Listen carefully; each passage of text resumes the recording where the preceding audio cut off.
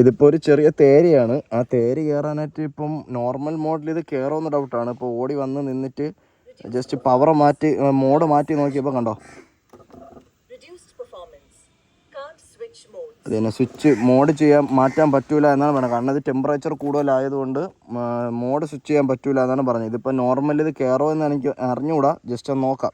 ഒരു 80% ചാർജ് ഉണ്ടായിരുന്നു, 64 അതായത് ഇങ്ങോട്ട് സ്പോർട്സിലും ഹൈപ്പറിലോട് വന്നത്. അതിനുശേഷം ഇവിടെ എത്തിയപ്പോഴാണ് ഇതുപോലെ എനിക്ക് സ്വിച്ച് ചെയ്യാൻ പറ്റാത്തൊരവസ്ഥ വന്നത്. നോക്കട്ടെ. ഓക്കെ, കുഴപ്പമില്ല. നോർമലിൽ ഫുൾ ത്രോട്ടിലാണ്. അത്യാവശ്യം ഓഫ് റോഡുമാണ് കേട്ടോ.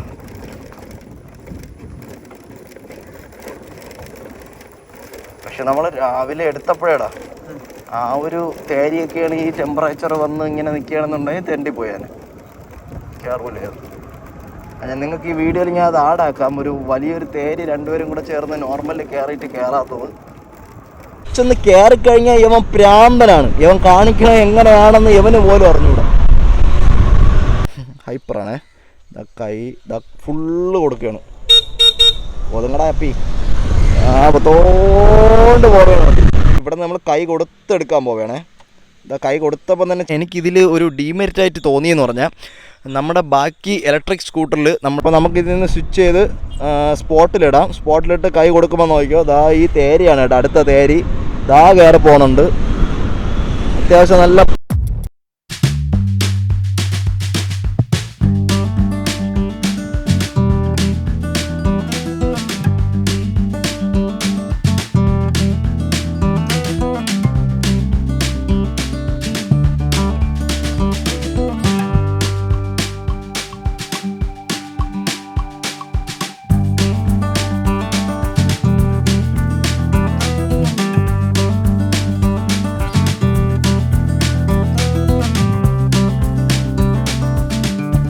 നിങ്ങൾ കണ്ടതെന്ന് പറഞ്ഞാൽ അതിൻ്റെ കുറച്ച് സിനിമാറ്റിക് ഷോട്ട്സാണ്. അപ്പോൾ നമുക്ക് വണ്ടിയുടെ ഡീറ്റെയിൽ ആയിട്ടുള്ള വ്യൂയിലോട്ട് പോകാം. ഡീറ്റെയിൽ ആയിട്ടുള്ള വ്യൂവിൽ എന്ന് പറയുമ്പോൾ നമുക്ക് എന്തായാലും ഫ്രണ്ടിൽ നിന്ന് തന്നെ തുടങ്ങാം. അപ്പോൾ ഫ്രണ്ടിൽ നിന്ന് ഹെഡിൽ വേറെ വൈസറും കാര്യങ്ങളൊന്നും വെച്ചിട്ടില്ല.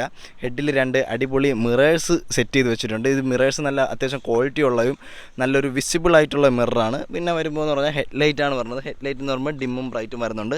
ഇതൊരു DRL-ലാണ്. ഈ DRL-ലും നൈസാണ്, രാവിലെ കത്തി കിടക്കണം കാണാനായിട്ട്. ഓണാക്കുന്ന സമയത്ത് ഇത് കത്തി കിടക്കും. പിന്നെ ഇങ്ങനെ താഴോട്ട് വരുമ്പോൾ ഇവിടെ ഒരു ബ്രാൻഡിങ് ആണ്, ഓലയുടെ ബ്രാൻഡിങ് ആണ്. അതൊരു സ്റ്റിക്കറാണ് ചെയ്തേക്കുന്നത്, പെയിൻറ്റിങ് കാര്യങ്ങളല്ല. അതുപോലെ തന്നെ വരുന്നുണ്ടെങ്കിൽ ഫ്രണ്ട് ഒരു ബോഡി ക്വാളിറ്റി എന്ന് പറഞ്ഞാൽ അത്യാവശ്യം നല്ലൊരു ക്വാളിറ്റി ഉണ്ട്. പിന്നെ ഇൻഡിക്കേറ്റേഴ്സ് താഴോട്ട് വരുന്നുണ്ട്. ഇത് അത്യാവശ്യം നല്ല രസമുണ്ട് കാണാനായിട്ട്. ഇങ്ങനെ താഴോട്ട് വരുമ്പോഴാണ് ആൾക്കാരുടെ എല്ലാവരുടെയും ഒരു പേടി സ്വപ്നമെന്ന് വേണമെങ്കിൽ പറയാവുന്നതായിട്ടുള്ള ഈ ഒരു സസ്പെൻഷൻ, ഫ്രണ്ട് സസ്പെൻഷൻ. പക്ഷേ എനിക്ക് ഇത്രയും ഓട്ടിച്ചിട്ടും എനിക്കൊരു ഒരു കോൺഫിഡൻസ് കുറവ് ഈ സസ്പെൻഷനിൽ ഇതുവരെ ഫീലായിട്ടില്ല. പിന്നെ നമ്മുടെ ചുറ്റുപാടിലും ഒടിഞ്ഞു വീഴുന്ന പരിപാടി അതൊന്നും ഞാൻ കണ്ടിട്ടുമില്ല. വീഡിയോസിലൊക്കെ കണ്ടതല്ലാതെ വേറൊന്നും ഞാൻ അങ്ങനെ ശ്രദ്ധിച്ചിട്ടില്ല. പിന്നെ മഡ് ഗാർഡിനെ പറ്റി പറയാനാണെങ്കിൽ അത്യാവശ്യം ക്വാളിറ്റിയുള്ള മഡ് ഗാർഡാണ്. പിന്നെ വേറൊരു കാര്യം എന്ന് പറഞ്ഞാൽ ഈ അലോയ് വീൽസ് അന്യായ ഒരു അലോയ് വീലാണ് കേട്ടോ, കാണാൻ നല്ല രസമുണ്ട്. അതുപോലെ തന്നെ ഇതിൻ്റെ ടയർ സിയറ്റിൻ്റെയാണ് ടയർ പറഞ്ഞത്. ടയർ സൈസ് പറഞ്ഞതെന്ന് പറഞ്ഞാൽ 110, 70, 12. അപ്പോൾ ഫ്രണ്ട് സൈസ്, ടയറിൻ്റെ സൈസ് തന്നെ അത്യാവശ്യം നല്ല വീതിയുണ്ട്. ബാറ്ററി പാക്കും കാര്യങ്ങളൊക്കെ ഈ അടിയിലോട്ടാണ് പറഞ്ഞത്. അത് കാണിക്കാൻ പറ്റുമെങ്കിൽ കാണിച്ചു തരാം. ഇത് നമുക്ക് പില്ലിയൻ്റെ ഫുഡ് റെസ്റ്റാണ്. അത് നമുക്ക് കയറി ഇരുന്നിട്ട് എങ്ങനെ എടുക്കാൻ പറ്റുമോ ഇല്ല നമുക്ക് നോക്കാം. പിന്നെ വരുന്നതെന്ന് പറഞ്ഞാൽ ഈ ഒരു സെൻറ്റർ ടണലാണ്. അപ്പം ഒട്ടുമിക്ക ആൾക്കാരും പറഞ്ഞ ഒരു ഡീമെറിറ്റാണ് ഈ ഒരു സെൻറ്റർ ടണലിരിക്കുന്ന ഭയങ്കര ബുദ്ധിമുട്ടാണ്. അപ്പോൾ ഒരു നല്ല രീതിക്ക് വണ്ടി ഓട്ടിക്കുന്നവരാണെന്നുണ്ടെങ്കിൽ ഇത് വലിയൊരു ബുദ്ധിമുട്ട് ഫീൽ ചെയ്യില്ല. പക്ഷേ ഒരു ബിഗിനർ എന്നുള്ള നിലയ്ക്ക് ഇതൊരു ബുദ്ധിമുട്ടായിരിക്കും. പിന്നെ വണ്ടി വാഷ് ചെയ്യാൻ നേരത്ത് ഇവിടെ നമ്മൾ ഇങ്ങനെ സൈഡ് സ്റ്റാൻഡ് മാത്രമല്ലേ ഉള്ളൂ. അപ്പം വെള്ളം ഇങ്ങനെ ഒഴിക്കുന്ന സമയത്ത് ചരിച്ച് കളയേണ്ടി വരും, അല്ലെങ്കിൽ നമ്മൾ വേറെ തുണി വെച്ച് തുടച്ചെടുക്കേണ്ടി വരും. അതെനിക്ക് ഫീലായി. പിന്നെ ഫ്രണ്ടിലോട്ട് വരുന്ന സമയത്ത് ഇവിടെ സ്പീക്കേഴ്സും കാര്യങ്ങളും ഉണ്ട്, 2 സ്പീക്കേഴ്സ് ഉണ്ട്. പിന്നെ ഇതുപോലെ തന്നെ നമ്മുടെ ഏതറിൽ കാണാത്ത സാധനം നമ്മുടെ USB ചാർജിങ് പോർട്ടും, അതുപോലെ തന്നെ ഇവിടെ ഒരു ഹോൾഡർ നമുക്ക് ഫോൺ വെക്കാനായിട്ട്. പിന്നെ ഇവിടെ വരുമ്പോഴും പ്രത്യേകിച്ച് വേറെ കാര്യങ്ങളൊന്നുമില്ല, ജസ്റ്റ് ഇങ്ങനെ ഒരു പരന്ന് കിടക്കുന്ന ഒരു ബോഡിയാണ്. അത് കാണാൻ നല്ല രസമുണ്ട്. പിന്നെ ബാക്കിലോട്ട് വരുമ്പം ഈ ഒരു ഇവിടെ ഇൻഡിക്കേറ്റർ ഇവിടെ ആയിട്ടാണ് പറഞ്ഞത്. ഇത് ടെയിൽ ലാമ്പും ഇതും ഇൻഡിക്കേറ്ററാണ്, പാർട്ടീഷൻ ചെയ്തിട്ടുണ്ട് ഇതിനകത്തായിട്ട്. പിന്നെ നമുക്ക് ചാർജ് ചെയ്യാനായിട്ട് ജസ്റ്റ് ടാപ്പിൽ നമുക്കിത് ചാർജ് ചെയ്യാൻ പറ്റും. പിന്നെ ഇതിൻ്റെ ചാർജറിൻ്റെ ഒരു ഡീമെറിറ്റായിട്ട് നിങ്ങൾ എടുക്കണ്ട. അത് എനിക്ക് തോന്നിയൊരു കാര്യം നിങ്ങൾ ജസ്റ്റ് ഒന്ന് കാണേ.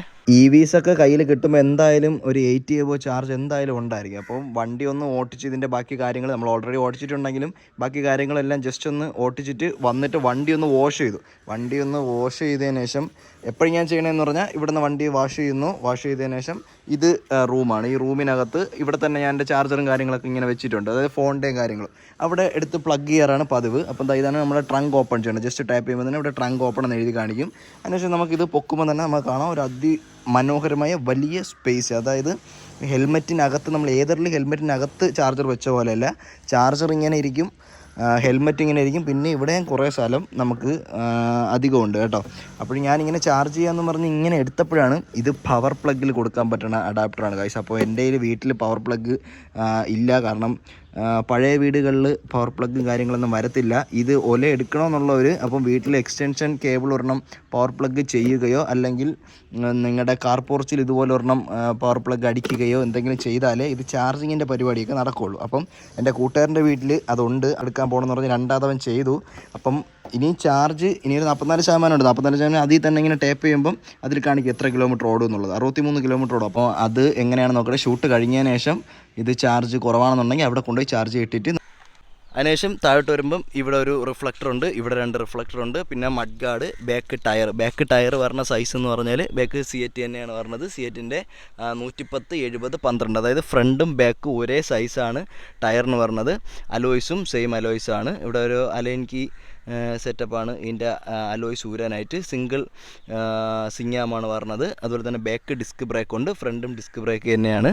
ഇവിടെ നമുക്ക് മറ്റേ സാരി കേടും കാര്യങ്ങളുടെ ഒന്നും ആവശ്യമില്ല, കാരണം ഫുള്ളി കവേർഡാണ് ഈ വണ്ടി. ഇവിടെ വരുമ്പം നമ്മുടെ സസ്പെൻഷൻ ഇങ്ങനെ ചരിച്ച് കൊടുത്തിട്ടുണ്ട്. സസ്പെൻഷന് മോശമായിട്ടൊന്നും തോന്നില്ല. ഇതും നമുക്ക് ചെളി അടിക്കാതിരിക്കാനായിട്ട് ഉള്ളൊരു സാധനമാണ്. അങ്ങനെ ചെളി ഇങ്ങനെ തെറിക്കണ ഭാഗത്തിന് ഒരു പരിപാടി ഇതിനകത്തില്ല. ഡിസ്ക് ബ്രേക്ക് ഇതോ അവിടെ വന്നിട്ടുണ്ട്. ഇത് നമ്മുടെ പില്ലിയൻ്റെ ഫുഡ് റെസ്റ്റ്. അതുപോലെ തന്നെ താഴെ നല്ല കവേർഡാണ്. സൈഡ് സ്റ്റാൻഡ് നമുക്ക് ഏതറിന് വരുമ്പോൾ തന്നെയാണ് പറഞ്ഞത്. നമുക്ക് 2 കിലോ 2.5 കിലോ 3 കിലോളം തൂക്കാനായിട്ടുള്ള ഒരു സംഭവമുണ്ട്. പിന്നെ വണ്ടി ഞാൻ പറഞ്ഞില്ലേ കഴുവാൻ അന്യായമാണ്. പിന്നെ സീറ്റിനെ കുറിച്ച് പറയാനാണെങ്കിൽ ഭയങ്കര വൈഡർ സീറ്റാണ്. അപ്പോൾ എൻ്റെ കൂടെ ഇരുന്ന് വന്ന പില്ലിയൻ പറഞ്ഞത് നിതംബങ്ങൾ വേദനിച്ചു എന്നാണ് പറഞ്ഞത്. അപ്പോൾ ഈ സീറ്റിൻ്റെ കാര്യത്തിലും എനിക്ക് അത്യാവശ്യം കുഷ്യനും കാര്യങ്ങളും കുഴപ്പമില്ല. ബട്ട് ഓട്ടിക്കുന്ന സമയത്ത് ഞാൻ പറഞ്ഞില്ലേ ഈ ഒരു അപ്രൈറ്റ് പൊസിഷൻ, അതായത് ഞാൻ ഏതറിൻ്റെ വീഡിയോയിൽ പറഞ്ഞിട്ടുണ്ടായിരുന്നു ഇത് ഒരു ബിഗിനർക്ക്. അപ്പം ബിഗിനർക്ക് എന്തുകൊണ്ട് ഇത് ഞാൻ ചൂസ് ചെയ്തില്ല, ബിഗിനർക്ക് ഇത് എടുക്കാൻ ഞാൻ പ്രിഫർ ചെയ്തില്ല എന്ന് പറഞ്ഞാൽ ഇതിൻ്റെ ഒരു അപ്രൈറ്റ് പൊസിഷനും അതുപോലെ തന്നെ നമ്മുടെ ഈ മോഡിൽ നോർമൽ മോഡിൽ കൈ കൊടുക്കുന്ന സമയത്ത് നമുക്ക് ഈ സീറ്റിൻ്റെ ഭാഗത്തുനിന്നും കൂടെ കിട്ടുന്ന ഒരു ഒരു മോശം ഫീലുണ്ട്. അപ്പോൾ അത് ഞാൻ ഓടിക്കുമ്പോൾ പറഞ്ഞു തരാം. അപ്പോൾ ഇത്രയൊക്കെയാണ് വണ്ടിയുടെ ഓവറോൾ വ്യൂ എന്ന് പറയുന്നത്.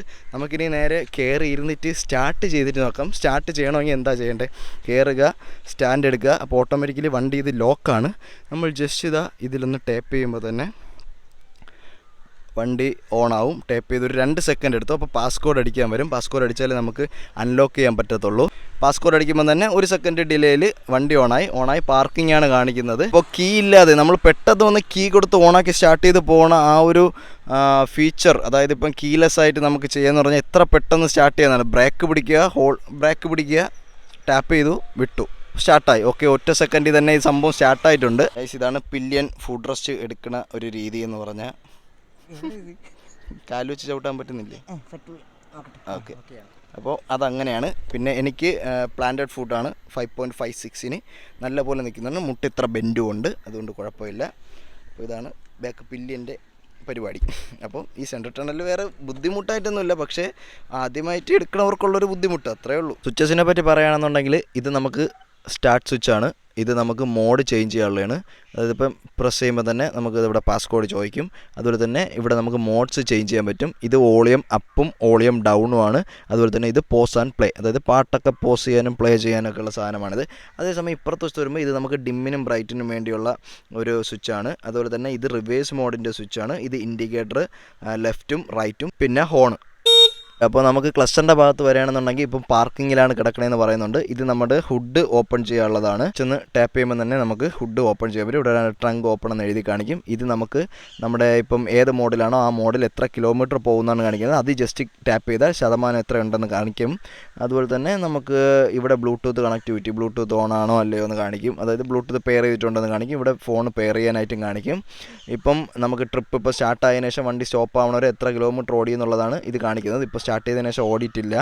അതുപോലെ തന്നെ ജസ്റ്റ് നമ്മൾ സ്വൈപ്പ് ചെയ്യുന്ന സമയത്ത് നമുക്ക് ബാക്കി ഫീച്ചേഴ്സും കാര്യങ്ങളും, അതായത് മാപ്പിൻ്റെ, അതായത് ഈ സിമ്മും ബാക്കി കാര്യങ്ങളൊക്കെ കാണിക്കും കേട്ടോ. ഇവിടെ നമുക്ക് മാപ്പ്, നമുക്ക് എവിടെ പോകാനുള്ള കാര്യങ്ങളൊക്കെ സെർച്ച് ചെയ്യാൻ പറ്റും. അതേസമയം ഇത് ഹോമാണ്. നമ്മൾ സ്വൈപ്പ് ചെയ്തപ്പോൾ ഇവിടെ വന്നു. ഇത് മ്യൂസിക്കിൻ്റെ ബാക്കി ഫീച്ചേഴ്സാണ്. ഇത് ബ്രൈറ്റ്നെസ് നമുക്ക് മാനുവലി തന്നെ കുറയ്ക്കുകയും ചെയ്യാം, കൂട്ടുകയും ചെയ്യാം. അല്ലാതെ തന്നെ ഓട്ടോയിൽ ഇടാനും പറ്റും. പിന്നെ നമുക്ക് നേരെ പോകേണ്ടത് ഇങ്ങനെ സെറ്റിങ്സിലോട്ട് പോകാനാണ് കാണിക്കുന്നത്. അപ്പോൾ സെറ്റിങ്സ് എടുക്കുമ്പോൾ തന്നെ നമുക്ക് ബ്രൈറ്റ്നസിൻ്റെ ആദ്യമേ കാണിക്കും. പിന്നെ നമുക്ക് വേണമെങ്കിൽ ഇപ്പോൾ കൂട്ടിയിടാം. സൗണ്ട് സെറ്റിങ്സ് എന്ന് പറഞ്ഞാൽ നമുക്ക് മീഡിയ വോളിയം, മ്യൂസിക്കും കോൾസും ഇതിൽ നമുക്ക് ഓട്ടോമാറ്റിക്കലി ഇതിനകത്ത് വരുമല്ലോ ബ്ലൂടൂത്ത് കണക്ട് ചെയ്യുമ്പോൾ. അപ്പോൾ അതിൻ്റെ വോളിയം നമുക്ക് ഇവിടെ അഡ്ജസ്റ്റ് ചെയ്യാൻ പറ്റും. പിന്നെ നമുക്ക് സിസ്റ്റം സൗണ്ട്, അതായത് ഇപ്പോൾ സ്റ്റാർട്ട് ചെയ്യുമ്പോൾ ഇപ്പോൾ ചെറുതായിട്ടൊരു സൗണ്ട് കേട്ടില്ലേ, ആ സൗണ്ട് നമുക്ക് അഡ്ജസ്റ്റ് ചെയ്യാൻ പറ്റും. പിന്നെ ഇൻഡിക്കേറ്ററിൻ്റെയൊക്കെ സൗണ്ട് നമുക്ക് ഇതിലാണ് അഡ്ജസ്റ്റ് ചെയ്യാൻ പറ്റുന്നത്.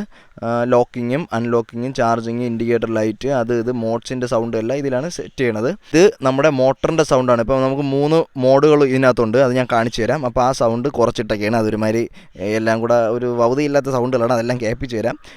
സൗണ്ടിൻ്റെ ഭാഗത്ത് അത്രയേ ഉള്ളൂ. അതേസമയം ലൈറ്റ്സ് വരുമ്പോൾ ഇത് ഓണാക്കി ഇടുകയാണെന്നുണ്ടെങ്കിൽ ഇൻഡിക്കേറ്റർ, ഹസാർഡ് അല്ലെങ്കിൽ കോഷൻ ലാമ്പ് എന്തോണോ പറയാം, അത് ഓണാവും. അത് ഓഫ് ചെയ്തിടാം.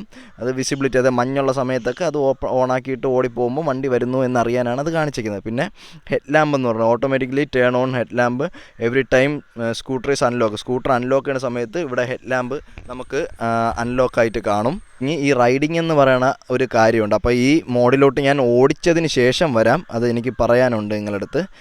അത് കഴിഞ്ഞ് ബാറ്ററിയാണ്. ലോങ് ടൈം ആയിട്ട് വണ്ടി ഇത് ഓഫ് ചെയ്ത് വെച്ചിട്ട് എവിടെയെങ്കിലും പോകണമെങ്കിൽ ജസ്റ്റ് എന്താ ഓക്കെ ലോങ് ടൈം ആയിട്ട് എവിടെയെങ്കിലും നമ്മൾ ഓഫ് ചെയ്ത് വെച്ചിട്ട് പോകണമെങ്കിൽ ഇത് ഓണാക്കിയിട്ട് ഓഫ് ചെയ്ത് വെച്ചിട്ട് പോകാം. പിന്നെ പാസ്കോഡ്, പിന്നെ ഡോക്യുമെൻറ്റ്സ്, വണ്ടിക്ക് നമുക്ക് ഇതിനകത്ത് തന്നെ നമ്മുടെ RCയും അതുപോലെ തന്നെ ഇൻഷുറൻസും ലൈസൻസൊക്കെ ആഡ് ചെയ്തിട്ടിരുന്നാൽ നമുക്ക് മറ്റേ ഡീറ്റെയിൽ ആയിട്ട് എടുത്ത് കാണിച്ചു കൊടുക്കേണ്ട ആവശ്യം വരില്ല.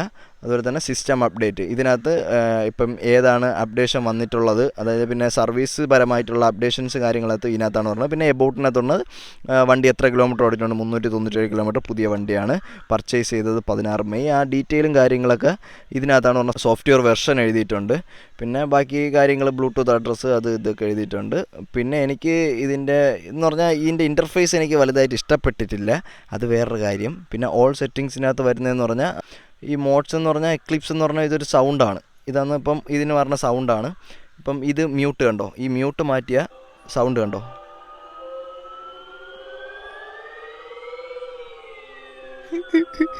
ഇത് എക്ലിപ്സ് എന്ന് പറഞ്ഞൊരു സൗണ്ടാണ്. ഇത് ബോൾട്ട് എന്ന് പറഞ്ഞൊരു സൗണ്ടുണ്ട്. നാട്ടുകാരോട് കൂടുന്നുണ്ട്. ഇതുപോലെ പശു വിളിക്കും പോലെ. മാറ്റി അടുത്ത് വിൻറ്റേജ് ഉണ്ട്. ഉള്ളതിൽ ഇതാണ് ഇച്ചിരി അത്യാവശ്യം നൈസായിട്ടുള്ളൊരു മോഡെന്ന് പറഞ്ഞാൽ. ഇതിപ്പോൾ നമ്മൾ അപ്ലൈ കൊടുക്കുകയാണെന്നുണ്ടെങ്കിൽ നമ്മൾ പോകുമ്പം ഈ സൗണ്ട് അത്രയും കേൾക്കും. അത്ര നൈസല്ല ഇത്. മിക്കവാറും ഗേറ്റൊക്കെ തുറന്ന് കിടക്കണം അപ്പുറത്തെ വീട്ടിൽ. പട്ടിയെങ്ങാനും ഓടി വരുമെന്ന് അറിഞ്ഞുകൂടാ. അത് നമുക്ക് ക്ലോസ് ചെയ്യാം. അപ്പോൾ അതാണ് അതിൻ്റെ ഇതെന്ന് പറഞ്ഞാൽ. ഇത് നമ്മൾ സൗണ്ട് കുറച്ചിട്ടേക്കിനോണ്ട് കേൾക്കില്ല. അപ്പോൾ അത്രയാണ് ഇതിൻ്റെ ഫീച്ചേഴ്സും കാര്യങ്ങളും. പിന്നെ എനിക്കിതിൽ ഒരു ഡീമെറിറ്റായിട്ട് തോന്നിയെന്ന് പറഞ്ഞാൽ, നമ്മുടെ ബാക്കി ഇലക്ട്രിക് സ്കൂട്ടറിൽ നമ്മൾ ആക്സിലേറ്റർ വിട്ടതിന് ശേഷം മാത്രമേ നമുക്ക് മോഡ് സ്വിച്ച് ചെയ്യാൻ പറ്റുള്ളൂ. അതായത് നമ്മൾ ത്രോട്ടിൽ കൊടുക്കുന്ന സമയത്ത് മോഡ് സ്വിച്ച് ചെയ്യാൻ പറ്റില്ല. ഇപ്പോൾ ഒരു ബിഗിനർ ആണെന്നുണ്ടെങ്കിൽ ഇങ്ങനെ കൈ കൊടുത്ത് വെച്ചുകൊണ്ട് നമ്മൾ ത്രോട്ടിൽ കൊടുക്കുകയാണെന്നുണ്ടെങ്കിൽ പെട്ടെന്ന് ഇപ്പോൾ ഡബിൾ ടാപ്പ് ചെയ്യണമെന്നുണ്ടെങ്കിൽ നമ്മൾ നോർമലിൽ പോകുന്ന ഒരാൾ സ്പോട്ട് ഹൈപ്പറിലോട്ട് കയറുക ഇവരുടെ കയ്യിൽ നിൽക്കാത്ത അത്രയും പവറിലാണ് ഇത് എടുത്തുകൊണ്ട് പോകുന്നത്. അപ്പോൾ അതെനിക്കൊരു ഡീമെറിറ്റായിട്ട് തോന്നി. അതിപ്പോൾ ഓട്ടിച്ചുകൊണ്ട് വന്ന സമയത്ത് നോക്കിയതാണ്. പിന്നെ അതുപോലെ തന്നെ ഏതറിലാണെങ്കിൽ 20-ന് താഴെ പോയാൽ നോർമൽ മോഡിലേ പോകത്തുള്ളൂ. ഇതിലങ്ങനെയാണോ എന്ന് അറിഞ്ഞൂടാ. അപ്പോൾ 8% കൂടെ ഉള്ളൂ. അതുകൂടെ ഒന്ന് ചെക്ക് ചെയ്യാം. അപ്പോൾ നമുക്ക് ബാക്കി വണ്ടി ഓടിച്ചിട്ട് പറയാം. ഓടിച്ചിട്ട് നമുക്കിതാ ഈ ഒരു ഫീച്ചർ ഉണ്ടല്ലോ, ഈ റൈഡിങ് എന്ന് പറഞ്ഞാൽ ന്യൂ, അതിനെപ്പറ്റിയും കൂടെ ഒരു കാര്യം പറയാനുണ്ട് കേട്ടോ ഗൈസ്. അപ്പോൾ ഇത് നമ്മൾ നോർമൽ മോഡിൽ ചെറിയൊരു തേരിയാണ്. ഇവിടെ നമ്മൾ കൈ കൊടുത്തെടുക്കാൻ പോവുകയാണേ. ഇതാ കൈ കൊടുത്തപ്പം തന്നെ ചെറിയൊരു ലാഗ് തോന്നി. ആ ലാഗ് എന്താണെന്ന് ഞാൻ പറഞ്ഞുതരാം. അതാണോ എന്ന് ആദ്യം കൺഫേം ചെയ്തിട്ട് നമ്മൾ പറയാം കേട്ടോ. ഈ 26, 29 ഫുൾ ത്രോട്ടിലാണ് കേട്ടോ. ഇത് ചെറിയൊരു ഇറക്കവും കൂടെ ആയിട്ടുണ്ട്.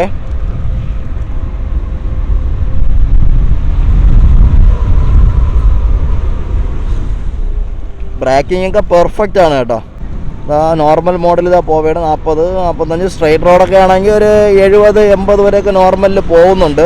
ഒന്ന് കയറിക്കഴിഞ്ഞാൽ നോർമലിൽ പോകാൻ എളുപ്പമാണ് കേട്ടോ. സിമ്പിളാണ് നോർമൽ പോകാൻ. ഞാൻ എന്തുകൊണ്ട് ഒരു ബിഗിനർക്ക് ഇത് ചൂസ് ചെയ്യരുത് എന്ന് പറഞ്ഞതും ഇതുകൊണ്ട് മാത്രമാണ്. കാരണം നമ്മൾ ഒരു നോർമൽ എന്ന് പറഞ്ഞാൽ നമ്മുടെ ഈക്കോ മോഡിനേക്കാളും അടുത്ത മോഡാണ് കേട്ടോ. അതായത് നമ്മുടെ ഏതറിൽ ഈക്കോ മോഡ് കഴിഞ്ഞിട്ടുള്ള ഒരു മോഡുണ്ടല്ലോ, ആ മോഡിൻ്റെ പവർ നമുക്കിതിൽ നോർമൽ മോഡിൽ കിട്ടുന്നുണ്ട്. അതുപോലെ തന്നെ 3 മോഡാണ് ഇതിലുള്ളത്. നോർമൽ മോഡ്, അതുപോലെ തന്നെ സ്പോർട്ട് മോഡ്, അടുത്ത് ഹൈപ്പർ. അപ്പോൾ നമുക്കിതിൽ നിന്ന് സ്വിച്ച് ചെയ്ത് സ്പോട്ടിലിടാം. സ്പോട്ടിലിട്ട് കൈ കൊടുക്കുമ്പോൾ നോക്കിയോ, ഈ തേരിയാണ് കേട്ടോ, അടുത്ത തേരി കയറി പോകുന്നുണ്ട്. അത്യാവശ്യം നല്ല പവറിൽ കയറി പോകുന്നുണ്ട് കേട്ടോ. അതായത് നമ്മുടെ ഏതറിൽ 3ാമത് കിടക്കുന്ന മോഡാണ് ഇതിന് 2ാമത് വരുന്നത്.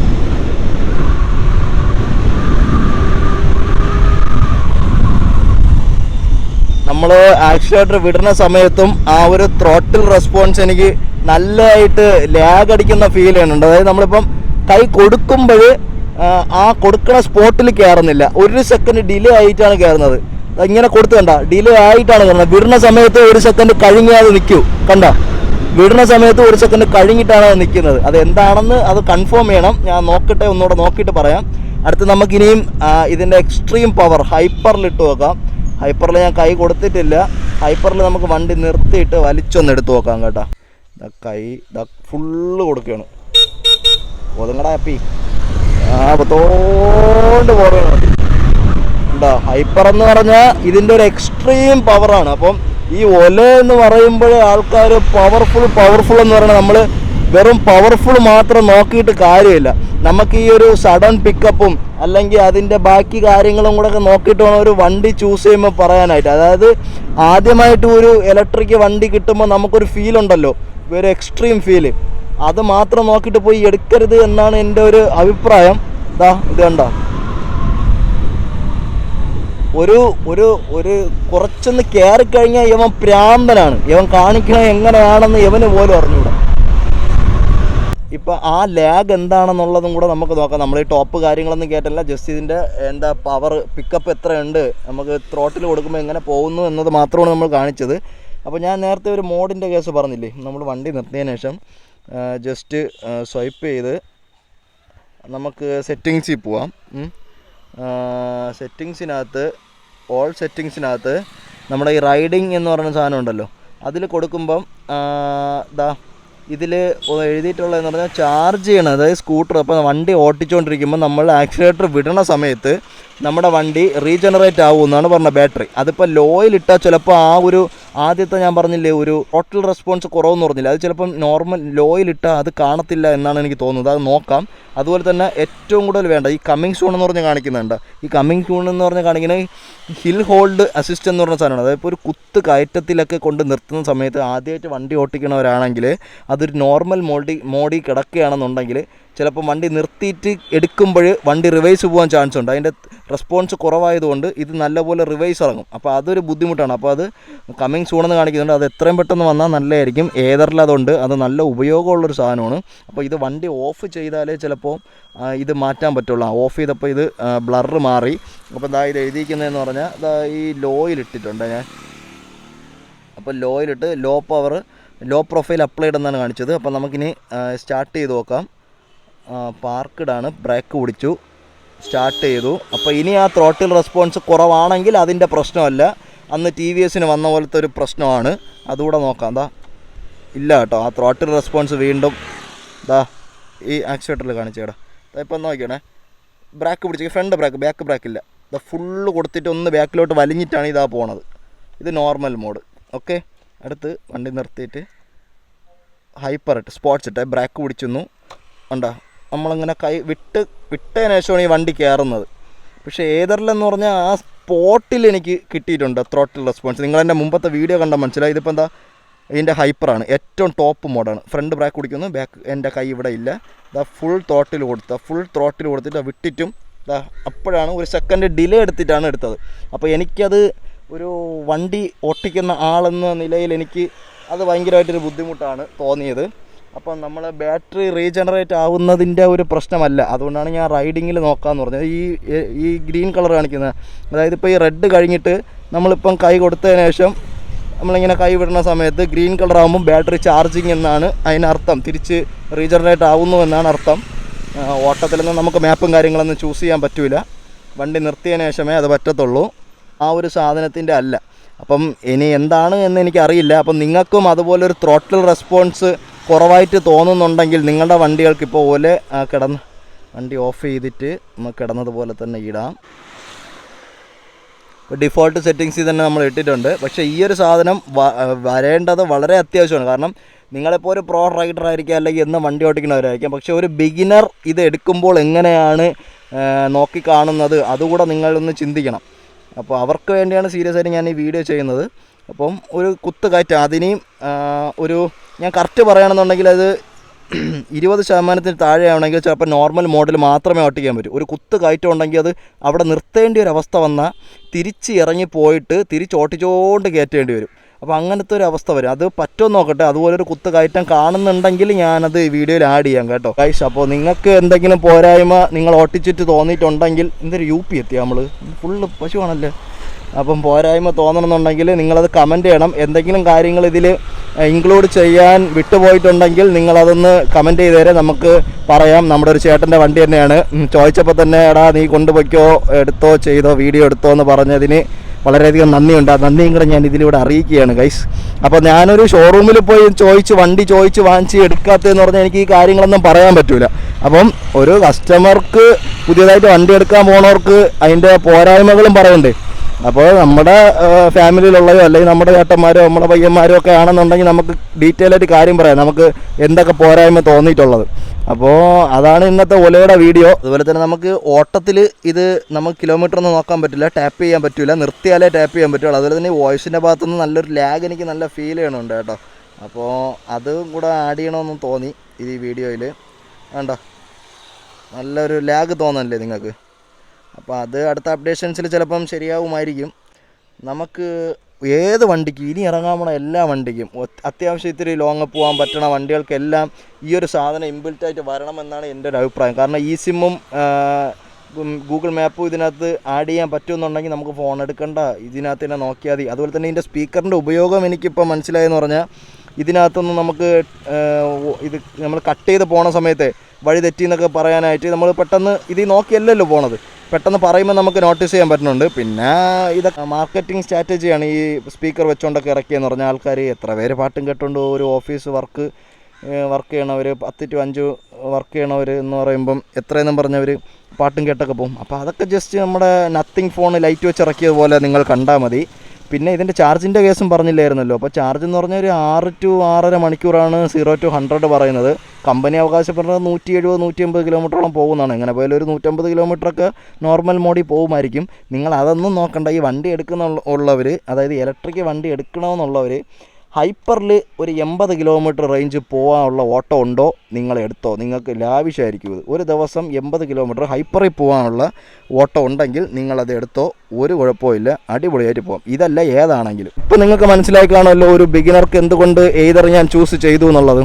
അപ്പോൾ ദിസ് ഈസ് ഓൺലി എന്താ ഒരു പവർ കയറി കഴിഞ്ഞാൽ യവൻ പ്രാന്തനാണ്, അത്രേ ഉള്ളൂ.